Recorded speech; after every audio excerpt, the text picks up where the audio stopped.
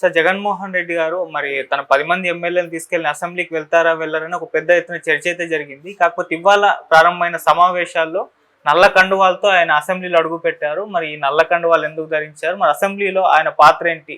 మీ opinion sir. Jagan ఒక స్ట్రాటజీని మార్చినట్టుగా కనబడుతుంది. మామూలుగా అయితే అసెంబ్లీకి పోకూడదు అనుకున్నారు బిగినింగ్లో. అయితే ఈరోజు అసెంబ్లీకి వెళ్ళాలని డిసైడ్ అయ్యారు. తనకి 11 మందిని తీసుకొని వెళ్ళారు. అంటే తనతో పాటు 10 మంది ఎమ్మెల్యేలతో వెళ్ళాడు. ఇళ్ళకు ముందు కండువాలు, నల్ల కండువాలు కప్పుకొని ప్లికార్డులు పట్టుకొని వచ్చారు. అసెంబ్లీ ముందు చిన్న ధర్నాలాగా చేశారు. అయితే పోలీసులు వాళ్ళ దగ్గర ఉన్న ప్లికార్డులు అంతా తీసుకొని చించేస్తే పోలీసులతో గొడవపడ్డారు. జగన్ తీవ్రంగా హెచ్చరించారు. ఆయన ఎవరు ఆఫీసర్ని మధుసూదన్ అని సంబోధిస్తూ, నువ్వు గుర్తుపెట్టుకో, ఈ గవర్నమెంట్ శాశ్వతంగా ఉండదు అనేది కూడా ఆయన తీవ్ర స్వరంతోనే హెచ్చరించారు. సో అట్లాగే పోలీసులు 3 సింహాలు ఇవన్నీ కూడా మాట్లాడాడు జగన్. సో అంటే ఇది గతంలో తెలుగుదేశం వాళ్ళు ఈ ప్లేస్లో ఉన్నారు. అప్పట్లో జగన్ ప్రభుత్వంలో ఉన్న పోలీసులు ఇలాగే బిహేవ్ చేశారు. ఇప్పుడు తెలుగుదేశం పోలీసులు ఇలాగే బిహేవ్ చేస్తున్నారు. అంతకుముందు 2014 నుంచి 18లో 19 వరకు ఉన్న ప్రభుత్వంలో కూడా ఇదే పరిస్థితి. నిజానికి ప్రభుత్వాలు మారుతుంటాయి కానీ పోలీసులు ఇలాగే బిహేవ్ చేస్తుంటారు. ఎవరు వచ్చినా ఇదే వ్యక్తులు మారుతుంటారు, అక్కడ ప్లేసులు మారుతాయి అంతే. ఇప్పుడు జగన్ వంతు వచ్చింది. మొన్నటి వరకు చంద్రబాబు వంతు ఉంది. చంద్రబాబు కూడా అసెంబ్లీ నుంచి బాయ్కాట్ చేసి వెళ్ళిపోయాడు. అంతకుముందు జగన్ కూడా అసెంబ్లీ బాయ్కాట్ చేసి వెళ్ళిపోయాడు. ఇప్పుడు మళ్ళీ జగన్ అసెంబ్లీ బాయ్కాట్ చేసి వెళ్ళిపోయే పరిస్థితి మళ్ళీ వచ్చింది. అయితే మామూలుగా వెళ్తే విమర్శలు, పారిపోయాడు జగన్ అని ఆల్రెడీ ఛాలెంజ్లు చేస్తున్నారు. అనిత కూడా నిన్న ఛాలెంజ్ చేసింది హోంమంత్రి, నీకు దమ్ముంటే అసెంబ్లీకి రా, ఢిల్లీలో కాదు నువ్వు అసెంబ్లీలో చూసుకొని. అసెంబ్లీలో ఖచ్చితంగా జగన్కి ఉన్న బలం సరిపోదు. ఖచ్చితంగా జగన్కి ఏ రకమైన ప్రయారిటీ వీళ్ళు ఇవ్వరు. ప్రతిపక్షం హోదా ఇవ్వమని కూడా అడిగాడు, అది ఇవ్వలేదు. దాని మీద రకరకాల భిన్నాభిప్రాయాలు ఉన్నాయి. సరే అవన్నీ పక్కన పెడితే ఎవరైనా ఇవ్వరు. జగన్ ఆ ప్లేస్లో ఉన్నా జగన్ ఇస్తాడా? జగన్ కూడా ఇవ్వడు. ఎవరు కూడా ఇవ్వరు. ఈవెన్ బీజేపీ కూడా ఇవ్వలేదు కదా పార్లమెంట్లో కూడా. నీకు 10% లేకపోతే ఎవరు ఇవ్వరు. అలాగే జగన్కి ఇవ్వలేదు. దాన్ని ప్రజలకు తెలియజేయాలనే జగన్ అది చేశాడు. అయితే ఈ రోజు నుంచి నిజానికి 5 రోజులు అసెంబ్లీ సమావేశాలు ఉన్నాయి. ఈరోజు గవర్నర్ ప్రారంభ సమావేశం జరుగుతుంటే దాన్ని ఖండిస్తూ, నిరసిస్తూ వీళ్ళు బయటికి వాకౌట్ చేశారు. ఈ 11 మంది వాకౌట్ చేశారు వైసీపీ వాళ్ళు. సో నాకు తెలిసి ఇంకో వాళ్ళు వెళ్ళరు. ఎందుకంటే రేపు ఈవినింగ్కి ఢిల్లీ చేరుకోవాలి అందరూ. ఎల్లుండి ఢిల్లీలో పెట్టాడంటేనే అర్థం అసెంబ్లీకి మనం వద్దని. ఫస్ట్ డే వెళ్ళి గొడవ చేసి నిరసన తెలియజేసి మనం ఢిల్లీ వెళ్ళిపోదాం అనేది వాళ్ళ ప్లాను. దాని ప్రకారమే ఈరోజు అసెంబ్లీలో గవర్నర్ ప్రసంగాన్ని అడ్డుకొని వాళ్ళు బయటకు వెళ్ళిపోయారు. సో ఈరోజు నిజానికి బీఏసీ సమావేశం, అంటే సభా వ్యవహారాల నిర్వహణ ఎలా ఉండాలి, దానికి ఉన్న సలహా మండలి కమిటీ సమావేశం ఈరోజు జరుగుతుంది. దీన్ని బట్టి ఎన్ని రోజులు అసెంబ్లీ సమావేశాలు ఉంటాయనేది తేలుతుంది. మేబీ ప్రతిపక్షం లేకుండానే అసెంబ్లీ సమావేశాలు కంటిన్యూ అయ్యే అవకాశం ఉంది. దీనివల్ల ఒక ప్రాబ్లం ఏంటంటే ప్రజల సమస్యల్ని అక్కడ లేవనెత్తే వాళ్ళు ఉండరు. వాళ్ళు ఏమనుకుంటారో అదే జరిగిపోతుంది. ఇది ఖచ్చితంగా ప్రజాస్వామ్యంలో అవాంఛనీయం. ప్రజాస్వామ్యంలో ప్రతిపక్షం అనేది ఖచ్చితంగా ఉండాలి. అప్పుడే ప్రజల తరపున మాట్లాడే ఒక వాయిస్ అనేది ఉంటుంది. లేకపోతే వాళ్ళు ఏం చేస్తే అదే కరెక్ట్ అన్నట్టుగా అయిపోతుంది. ఇప్పుడైతే 3 నెలలకి ఓట్ ఆన్ అకౌంట్ బడ్జెట్ పెట్టే అవకాశం ఉంది. దాంతోపాటు 5 రోజుల పాటు 3 శ్వేతపత్రాలని డిస్కస్ చేసే అవకాశం ఇది కూడా ఉంది. శాంతి భద్రతల మీద, పరిశ్రమల మీద, ఆర్థిక స్థితిగతుల మీద చేస్తారు. అది కూడా వాళ్ళ పద్ధతిలో వాళ్ళు ఏమనుకుంటే అదే చెప్తారు. గతంలో 5 ఏళ్లలో ఘోరంగా ఉందని ఎప్పటి నుంచో చెప్తున్నారు. దాన్ని ఇప్పుడు ఏవో లెక్కలు చెప్తారు. దాన్ని కౌంటర్ చేయడానికి ఎవరు ఉండరు. ఇక్కడ బయట కౌంటర్ చేయాల్సిందే. అసెంబ్లీలో అయితే చర్చ అనేది జరగదు. వాళ్ళు ఏం చెప్తారో అది దాని మీద మాట్లాడుకోవడం తప్ప ఏమి ఉండదు. ఎప్పుడైనా కూడా కౌంటర్ చర్చలు అనేవి జరగాలి. అప్పుడే మనకి ఫ్యాక్ట్స్ బయటకు వస్తాయి. ఇప్పుడు డేటా నమ్మాలా లేదా అన్నప్పుడు డేటా కూడా ఎవరిచ్చే డేటా వాళ్ళకి అనుకూలంగా ఇస్తారు. ముందే ఒక నిర్ణయానికి వచ్చి దాన్ని సపోర్ట్ చేసే డేటానే ఇస్తారు తప్ప దానికి కౌంటర్గా వేరే డేటా అనేది ఉండదు.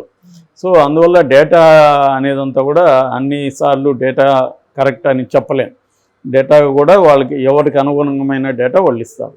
ఏదేమైనా జగన్ స్ట్రాటజీ ఏంటంటే అసెంబ్లీలో మనం ఉండి అక్కడ ఎట్లాగో మనకి వాళ్ళు టైం ఇవ్వరు మాట్లాడడానికి, దాని బదులు ప్రజా ఉద్యమాలు నిర్మిద్దాం అన్న యాంగిల్కి వచ్చినట్టుగా ఉంది. ముఖ్యంగా వాళ్ళు జగన్కి ఫస్ట్ కర్తవ్యం ఏంటంటే తాము జైలుకి వెళ్లకుండా చూసుకోవాలి ఒకటి. రెండోది పార్టీలో ఎక్కువ మంది పార్టీలోంచి బయటికి వెళ్ళిపోకుండా చూసుకోవాలి, పార్టీ మొరేలు నిలబెట్టాలి. మూడవది కేడర్ని ఇబ్బందులకు గురవుతున్నారు వాళ్ళకి మోరల్ సపోర్ట్ ఇవ్వడం, లీగల్ సపోర్ట్ ఇవ్వడం, ఆర్థికంగా ఆదుకోవడం, ఇవి చేయాలి. నాలుగవది ప్రజా సమస్యల మీద మెల్లమెల్లగా మాట్లాడుతూ క్రమంగా ఉద్యమాలు నిర్మించడం అనేది చేయాలి. ఈ కర్తవ్యాలతో జగన్ ముందుకెళ్తున్నాడు. మరోవైపు రాజకీయ వ్యూహాలకు కూడా పదును పెట్టాలి. ఎందుకంటే ఇప్పటివరకు జగన్ ఒక పద్ధతిలో వెళ్ళాడు, ఎవరితో పొత్తు పెట్టుకోకుండా ఒంటరిగా వెళ్ళాడు. ఇప్పుడు అతను కూడా ఆలోచించే అవకాశం ఉంది. ఎందుకంటే ఇలాగ నాన్ బీజేపీ నాన్ ఇండియా కూటమిలో ఉన్న వాళ్ళందరూ కూడా ఈసారి ఓడిపోయారు. మనకి బిజు జనతా దళ్ ఓడిపోయాడు, పంజాబ్లో అకాలీ శిరోమణి దళ్ ఓడిపోయింది, తమిళనాడులో ఏఐడిఎంకే ఘోరమైన ఇది అయింది, ఇక్కడ కేసీఆర్ దెబ్బతిన్నాడు. ఇలాగా నాన్ బీజేపీ నాన్ ఇండియా కూటమిలో ఉన్న వాళ్ళందరూ కూడా ఘోరంగా ఈసారి దెబ్బతిన్నారు. అంటే ఏదో ఒక కూటమిలో ఉండాల్సిన అవసరం అయితే ఇవాళ ఏర్పడింది. చంద్రబాబు అది ముందు నుంచి ఆయన క్లారిటీ ఉంది కాబట్టి ఆయన గెలిచిన ప్రతిసారి ఏదో ఒక కూటమిలో ఉండే గెలిచాడు ఆయన. సో ఈసారి జగన్ కూడా అటువంటి గుణపాఠాలు నేర్చుకునే అవకాశం ఉంది. అందుకని ఇప్పుడు ఢిల్లీకి వెళ్ళడంలో అది కూడా ఒక ప్రయోజనం.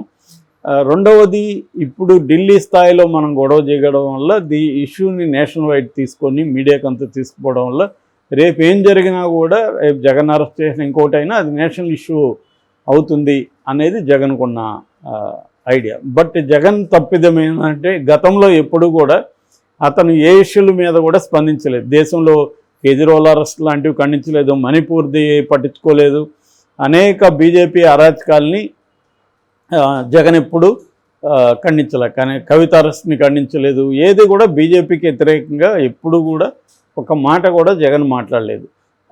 ఇండియా కూటమి మీద అనేక రకమైన దాడులు, రాహుల్ గాంధీ అరెస్టులు ఇవన్నీ జరుగుతుంటే కూడా జగన్ మౌనం వహించాడు. మరి ఇప్పుడు మీరు నాకు మద్దతు ఇవ్వండి అని ఆయన అడిగితే ఎవరు ఎందుకు ఇవ్వాలి మద్దతు? నువ్వు ఇచ్చావా? నువ్వు మాకు అన్యాయం జరిగినప్పుడు నువ్వు మాట్లాడావా అన్న ఇదైతే వస్తుంది. అయినా కూడా వాళ్ళ అవసరాల రీత్యా కొంత ఖండించే అవకాశం కూడా ఉంది. జగన్ ఇప్పుడు దాని మీద డిపెండ్ అవ్వాలి. ఎందుకంటే బీజేపీకి యాంటీగా ఏ కాంటెక్స్లో మాట్లాడే పరిస్థితి వచ్చినా ఇండియా కూటమి దాన్ని ఉపయోగించుకుంటుంది. కాబట్టి ఇప్పుడేమన్నా జగన్ ఇండియా కూటమి వైపు వెళ్తాడా? ఎందుకంటే రాహుల్ గాంధీ కూడా సపోర్ట్ చేస్తారని చెప్తున్నారు. ఆ రకంగా వెళ్తే మాత్రం రాహుల్ గాంధీ కావచ్చు, లేకపోతే ఇండియా కూటమి వాళ్ళు కావచ్చు, జగన్కి సపోర్ట్ చేసే అవకాశాలు ఉన్నాయి. అందుకని అసెంబ్లీలో తాము చేసేది ఏమీ లేదు, నిరసన తెలియజేసి వెళ్దాము అనే ఈరోజు వచ్చినట్టుగా ఉంది. నిన్న కూడా గవర్నర్ని కలిసి జగన్ మిగతా నాయకులు వెళ్ళి గవర్నర్ కలిసి కూడా లా అండ్ ఆర్డర్ మీద, ముఖ్యంగా తమ మీద జరిగే దాడుల మీద మాట్లాడినారనేది మనకు అర్థమవుతుంది. సో ఈ కాంటెక్స్ట్లో జగన్ ఎవరైనా రాజకీయ పార్టీలు రాజకీయాలు చేస్తే జగన్ కూడా రాజకీయంగానే వెళ్తున్నాడు. ఇప్పుడు ఇందాక చెప్పిన తన ఈ 4-5 కర్తవ్యాలు ఏవైతే ఉన్నాయో తన ముందున్న లక్ష్యాలు వాటి మీద ఫోకస్ చేస్తున్నాడు.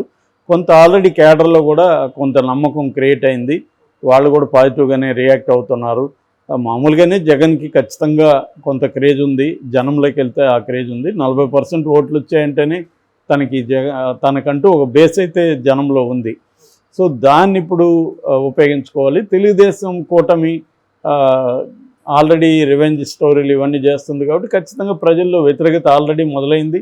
వాళ్ళ సొంత ఎమ్మెల్యేనే నిన్న గుంతలు పోడ్చట్లేదు, రోడ్లు పట్టించుకోవట్లేదని తిరువూరు ఎమ్మెల్యే ఆయన కొలికపూడి శ్రీనివాస్ వర్షంలోనే కూర్చొని ధర్నా చేశాడంటే మనకు పరిస్థితి అర్థమవుతుంది. అంటే గవర్నమెంట్ మారింది కానీ పరిస్థితులు ఏం మార్పు లేదనేది అర్థమవుతుంది.